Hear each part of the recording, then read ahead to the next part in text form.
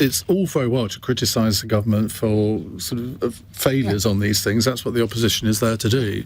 But we have yet to hear a single idea from the Labour Party about how they would do things differently.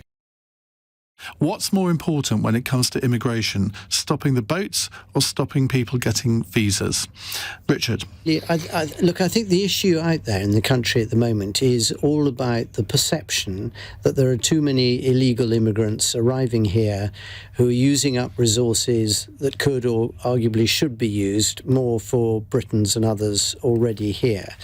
And so the business of the small boats comes in because it's very visible, it's frequently in the media, and they do make up an increasing number of the total of our immigration, which, by the way, almost half of it is education related. But the illegal immigrants and the small boats are the issue that all of us come across on the doorstep time and time again. So reducing that number, it's a government aim. It's one of the PM's 5 sort of big goals. The small boats numbers are down a third this year. They should have further to go, much better policing on the Belgian beaches, the agreement with Albania and so on. But that is the drive, and the business of whether we can use Rwanda to process the asylum applications is still very much live. I suspect, as much as anything, it's symbolic and intended to nudge behaviour rather than literally to transfer thousands and thousands of people. But it could play an important role, and so that's why the issue is as contentious as it has been. Khalid? Well, look, this has been, again, something that's set up by the government that we're going to come in and we're going to reduce the boats crossings, illegal migration, and we'll stop overall migration coming through. First of all, the whole issue has been a complete disaster. Rwanda, a complete disaster. Over £100 million spent on that, yet no result. BB Stockholm, over £18 million. And what's the result of that? Over £5 billion on a yearly basis in hotels, which has been spent. For what consequence? Just purely not dealing with the results of people that come across. If you got those people, you have to deal with them. So why put them in a position where for a year and so you're not dealing with that? That's the cost that we are incurring.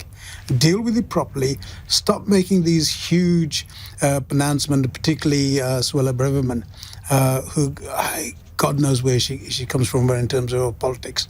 It's so bizarre that it's unbelievable for a home. But isn't the problem here that it's all very well to criticise the government for sort of failures on these things? That's what the opposition is there to do. But we have yet to hear a single idea from the Labour Party about how they would do things differently. Well, Keir Starmer has already said, in terms of first increasing the border force, working with the National Crime Agency.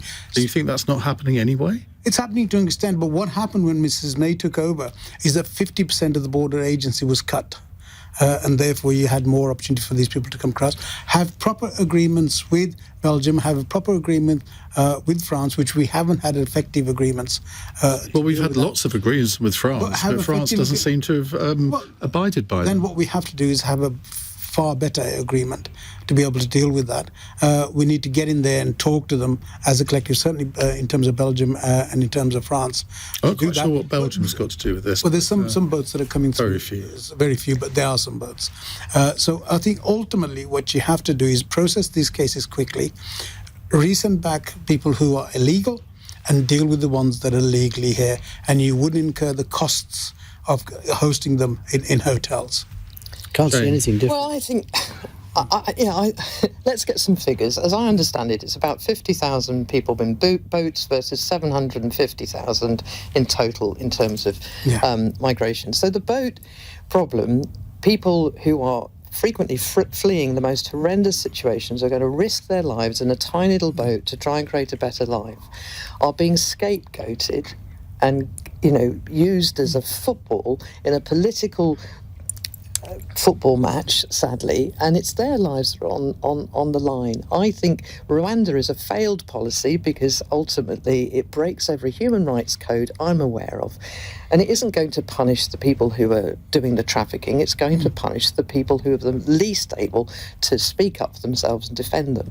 What we need is a policy that does tackle that organised crime, but what we also need is a much clearer way for people to be able to apply for asylum and seek it and come here in a correct way that honours who they are and honours us as a country in terms of what values we want. The visa question is, I think, a completely different question. We give a vast number of visas are for students.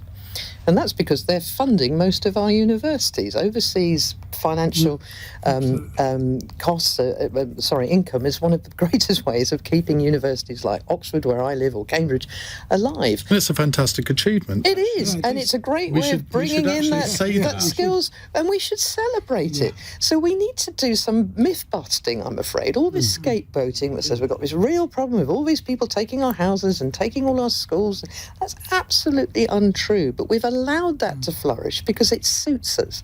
And I want to stop that type of conversation and say, look, we as a Western civilization should be A, prioritising human rights, B, looking out for those who are much less fortunate than ourselves, and C, celebrating the fact that we are seen as a place where so many people around the world want to come. OK, Claire. I think both actually sum up the frustration of an electorate that feels as though there is no control when it comes to immigration. So the figures are much larger than anyone admitted they were going to be. The small boat symbolises the notion that you can't control your borders.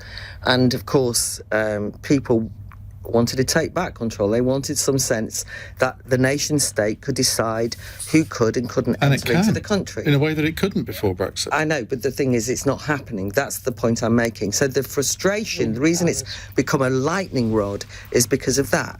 I also feel that many people feel that they're just constantly facing being, the term gaslighting can be overused, but I don't agree that most people who are in the small boats are escaping war and famine and so on and so forth, because you're in a situation where people will say France is a safe country. But it's not just that. There seems to be a sense in which people are told it's a fait accompli. Once they're here, the majority will be given refugee status. And there's all sorts of arguments about whether that's changed over the years. It's certainly changed since the convention was brought in the first instance. There's all sorts of reasons why people are now allowed to stay. And so anything that people might be worried about, like security, I understand the concern about scapegoating. Of course, we all do.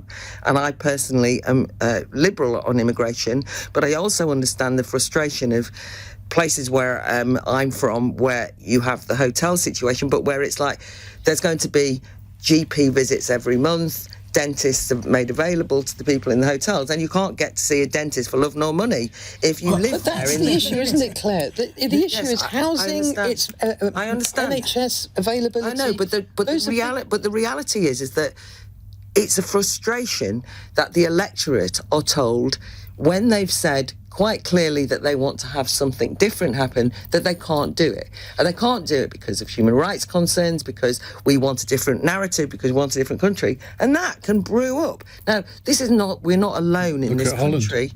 I was just going to say, Geert Wilders, never mind what happened in Dublin at the weekend. And what happened in Dublin at the weekend was not just the riots, but the prior problem, which was the stabbing of the children by somebody who nobody would admit.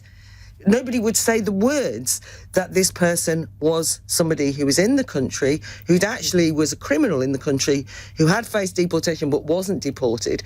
And people get worried about security. There is an understandable concern. So I think the problem about trying to say we've got to change the narrative is you might want to try and win some arguments about why immigration should be made more liberal, but very often people are told almost there's nothing can be done about it, as though it's just like an act of nature. No, what can happen? Very quickly, because we need to move on. You had Suella making all sorts of horrendous noises about these things, by saying horrendous issues, by winding people up, general people up, but not stoking it up, but not doing anything about it. Well, we have a new Home Secretary now who I don't think is cut of the same cloth, shall we say. Well, he's stoking other issues, isn't he? Yes, in Stockton. But sometimes they're reflecting things. I didn't in any way like Suella Braverman's rhetoric, but it's also the case that she was reflecting a debate that's going on in the country that you can't ignore either.